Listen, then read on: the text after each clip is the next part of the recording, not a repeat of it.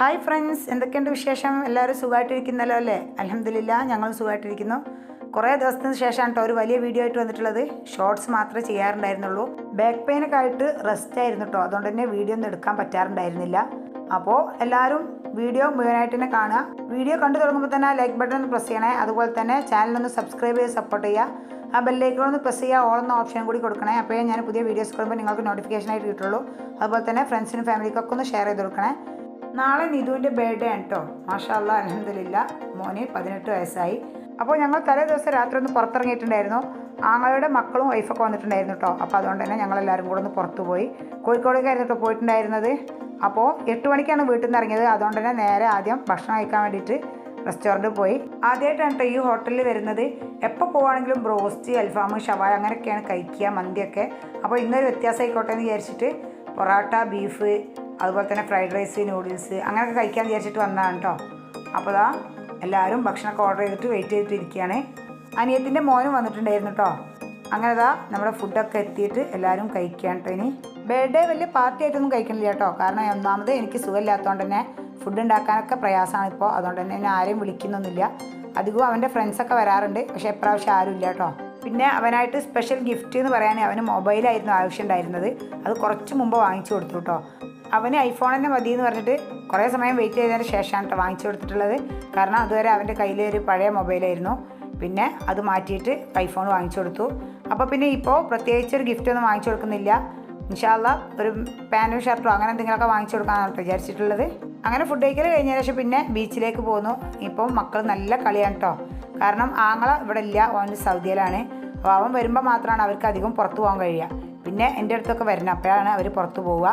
അതുകൊണ്ട് തന്നെ ബീച്ചിലെത്തിയപ്പോൾ നല്ല കളിയായിരുന്നു കേട്ടോ എല്ലാവരും കൂടെ. പിന്നെ ശനിയാഴ്ച ആയതുകൊണ്ട് തന്നെ ബീച്ചിൽ അത്യാവശ്യം നല്ല തിരക്കും ഉണ്ടായിരുന്നു. മക്കൾ കുറേ സമയം ബീച്ചിൽ കളിച്ചിട്ടുണ്ടായിരുന്നു. ഞങ്ങൾ ഏകദേശം 11:30 ഒക്കെ ആയിട്ടുണ്ട് കേട്ടോ ബീച്ചിൽ നിന്ന് പോരുമ്പോൾ. പിന്നെ ഞങ്ങൾ വിചാരിച്ചിട്ടുണ്ടായിരുന്നത് ആ സമയത്ത് കേക്ക് വാങ്ങിച്ചിട്ട് 12 മണിയാകുമ്പോൾ കട്ട് ചെയ്യിക്കാമെന്നായിരുന്നു കേട്ടോ നിധുവിനോട്. പക്ഷേ അത് പറ്റിയില്ല. കാരണം വണ്ടിയിൽ കയറി കുറച്ച് കഴിഞ്ഞപ്പോഴേക്ക് മക്കൾ ഓരോരുത്തരായിട്ട് ഉറങ്ങി. അപ്പോൾ പിന്നെ ഒരു രസമില്ലല്ലോ മക്കൾ ഉണർന്നിരിക്കാൻ കേക്ക് കട്ട് ചെയ്യുമ്പോൾ മക്കളൊക്കെ വേണ്ടേ. അപ്പോൾ അതുകൊണ്ട് തന്നെ ഇനിയിപ്പോൾ പിറ്റേ ദിവസം കട്ട് ചെയ്യാമെന്ന് പറഞ്ഞിട്ട് കേക്ക് വാങ്ങിച്ചിട്ട് പോന്നു. പക്ഷേ പിറ്റേന്ന് രാവിലെ കേട്ടോ ഞങ്ങൾ കേക്കൊക്കെ മുറിച്ചത്. പിന്നെ തലേ ദിവസം പുറത്തുനിന്ന് ഫുഡൊക്കെ കഴിച്ചുകൊണ്ട് തന്നെ പിറ്റേന്ന് സ്പെഷ്യലായിട്ട് ഫുഡൊന്നും ഉണ്ടാക്കിയിട്ടുണ്ടായിരുന്നില്ല. പായസം മാത്രമായിരുന്നു ഉണ്ടാക്കിയിട്ടുണ്ടായിരുന്നത്. അതാ ഞാൻ ചെറുപയർ പരിപ്പ് പായസമാണ് കേട്ടോ വെച്ചിട്ടുണ്ടായിരുന്നത്.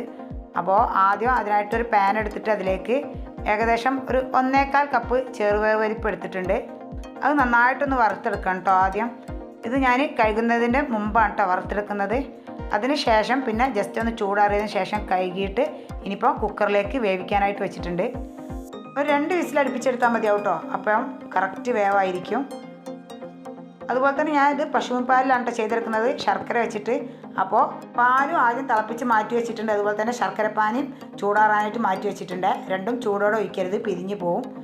അപ്പോൾ ആദ്യം നമ്മുടെ വേവിച്ച് വെച്ച ചെറുപയർ പരിപ്പ് ഇതുപോലെ ഒരു പാത്രത്തിലേക്ക് ഇട്ട് കൊടുക്കുക. എന്നിട്ട് നന്നായിട്ടൊന്ന് മിക്സാക്കി എടുക്കുക കേട്ടോ. നല്ല പാകത്തിൽ വെന്ത് കിട്ടിയിട്ടുണ്ട്. ഇനി നമുക്കിതാ ഫ്ലെയിം ഓണാക്കി കൊടുക്കണേ. നന്നായിട്ടൊന്ന് മിക്സാക്കി എടുക്കുക. ചെറുപയർ പരിപ്പ് വേവിക്കുമ്പോൾ വെള്ളം കുറഞ്ഞ പോയാൽ ഒരു കട്ട കെട്ടി നിൽക്കും കേട്ടോ. അങ്ങനെ ഉണ്ടാവാതിരിക്കാൻ നന്നായിട്ടൊന്ന് ഉടച്ചെടുക്കണേ. അപ്പോൾ എൻ്റേത് അങ്ങനെ ഉണ്ടായിരുന്നില്ല, കാരണം കറക്റ്റ് അളവായിരുന്നു വെള്ളത്തിൻ്റെ. ഇനിയിപ്പോൾ നമുക്കിതിലേക്ക് ചൂടാറിയ ശർക്കരപ്പാനി ഒഴിച്ചു കൊടുക്കുക കേട്ടോ. ശർക്കരപ്പാനി നേരത്തെ ഉണ്ടാക്കി വെച്ചിട്ട് ചൂടാറിയിട്ട് വേണം ഒഴിച്ചു കൊടുക്കാൻ വേണ്ടിയിട്ട്. ഇനിയിപ്പോൾ നമുക്ക് നന്നായിട്ടൊന്ന് ഇളക്കി കൊടുക്കാം. നന്നായി ഇളക്കിയതിന് ശേഷം ഇനി നമുക്കിതിലേക്ക് കുറച്ച് ഏലക്കായ പൊടിച്ചതും കൂടെ ഇട്ട് കൊടുക്കണേ. പിന്നെ മധുരം നിങ്ങളുടെ പാകത്തിനനുസരിച്ച് എടുക്കുക കേട്ടോ. ഇവിടെ ഓവർ മധുരം ആർക്കും ഇഷ്ടമില്ല. അതുകൊണ്ട് തന്നെ ഞാൻ ഏകദേശം ഒരു 6 അച്ച് ശർക്കരയായിരുന്നു എടുത്തിട്ടുണ്ടായിരുന്നത്. 1.25 കപ്പ് ചെറുപയർ പരിപ്പും 1 ലിറ്റർ പാലും വെച്ചിട്ടാണ് ഞാൻ ചെയ്തെടുത്തിട്ടുണ്ടായിരുന്നത്. ഇനിയിപ്പോൾ നമുക്ക് നേരത്തെ തിളപ്പിച്ച് മാറ്റി വെച്ച പാലും കൂടെ ഇതിലേക്ക് ചേർത്ത് കൊടുക്കുക. പാലും ചൂടുണ്ടാവാൻ പാടില്ല കേട്ടോ. പശുപ്പാൽ വെച്ച് ചെയ്യുമ്പോൾ നമ്മൾ ശ്രദ്ധിക്കേണ്ട ഒരു കാര്യമാണ്, ശർക്കരപ്പാനിക്കും പാലിനും ചൂടുണ്ടാവാൻ പാടില്ല. ചൂടാറിയതിന് ശേഷം വേണം ഇതിലേക്ക് ചേർത്ത് കൊടുക്കാൻ വേണ്ടിയിട്ട്. അതൊന്ന് ശ്രദ്ധിച്ചാൽ തീരെ പിരിഞ്ഞ് പോകുന്നില്ല കേട്ടോ. അങ്ങനെ പാലും കൂടെ ചേർത്തതിന് ശേഷം നന്നായിട്ടൊന്ന് മിക്സാക്കി കൊടുക്കുക. ഞാനൊരു നുള്ളു ഉപ്പും കൂടെ ചേർത്ത് കൊടുത്തിട്ടുണ്ട്, ടേസ്റ്റ് ബാലൻസ് ആവാൻ വേണ്ടിയിട്ട്. ഇനിയിപ്പോൾ നമ്മൾ ഇതിലേക്കൊന്ന് വറവിട്ട് വയ്ക്കും കൂടെ ചെയ്യണേ. നെയ്യിൽ അണ്ടിപ്പരിപ്പും അതുപോലെ തന്നെ തേങ്ങാക്കൊത്തും കൂടെ ചേർത്തിട്ട് ഒന്ന് ചേർത്ത് കൊടുക്കുന്നുണ്ട്. ഇനി നമുക്ക് വീണ്ടും നന്നായിട്ടൊന്ന് മിക്സാക്കി കൊടുക്കുക. നല്ല ടേസ്റ്റി ആയിട്ടുള്ള പായസം ഇവിടെ റെഡി ആയിട്ടുണ്ട്. പായസം മക്കൾ കുടിക്കുന്നതൊന്നും ഞാൻ വീഡിയോ എടുത്തിട്ടില്ല കേട്ടോ. കാരണം പലരും പരപ്പായിട്ട് വന്നിട്ട് ഇങ്ങനെ കുടിച്ചതാണ്. അതുകൊണ്ട് തന്നെ അതൊന്നും എനിക്ക് വീഡിയോയിൽ ഉൾപ്പെടുത്താൻ പറ്റിയിട്ടില്ല. ഇപ്പോൾ എല്ലാവരും ഉണ്ട് കേട്ടോ വീട്ടിൽ. ആ സമയത്താണ് കേക്ക് കട്ട് ചെയ്യണത്. നല്ല അടിപൊളി കേക്കായിരുന്നു കേട്ടോ. മക്കളൊക്കെ കേക്ക് കട്ട് ചെയ്യാൻ വേണ്ടിയിട്ട് റെഡി ആയിട്ട് നിൽക്കുകയാണ്. ഏതൊരു ബർത്ത്ഡേക്കും മക്കൾക്കാണല്ലോ കേക്ക് മുറിക്കുക എന്ന് പറഞ്ഞാൽ ഭയങ്കര സന്തോഷം.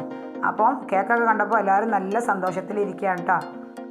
ആ സമയത്ത് ആങ്ങളെ സൗദിയിൽ നിന്ന് വിളിച്ചിട്ടുണ്ടായിരുന്നു. അപ്പോൾ അവന് കേക്കൊക്കെ കാണിച്ചു കൊടുക്കുകയാണ്. അതുപോലെ തന്നെ മക്കളൊക്കെ വെയിറ്റ് ചെയ്തിരിക്കുന്നതൊക്കെ ഇങ്ങനെ കാണിച്ചു കൊടുത്തിട്ട് സംസാരിക്കുകയാണ് കേട്ടോ. അങ്ങനെ അതാ നിതു കേക്കൊക്കെ കട്ട് ചെയ്യുന്നുണ്ട്.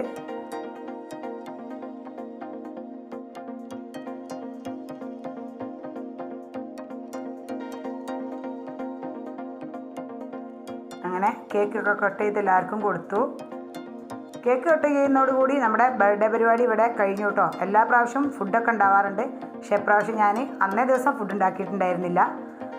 അപ്പോൾ ഇന്നത്തെ വീഡിയോ ഇത്രയേ ഉള്ളൂ. വീഡിയോ ഇഷ്ടമെങ്കിൽ ലൈക്ക് ചെയ്യുക, ഷെയർ ചെയ്യുക, സബ്സ്ക്രൈബ് ചെയ്യുക, തൊട്ടടുത്ത ബെല്ലൈക്കൺ പ്രസ് ചെയ്യുക. ഇൻഷാ അല്ലാഹ് പുതിയൊരു വീഡിയോ ആയിട്ട് കാണാം.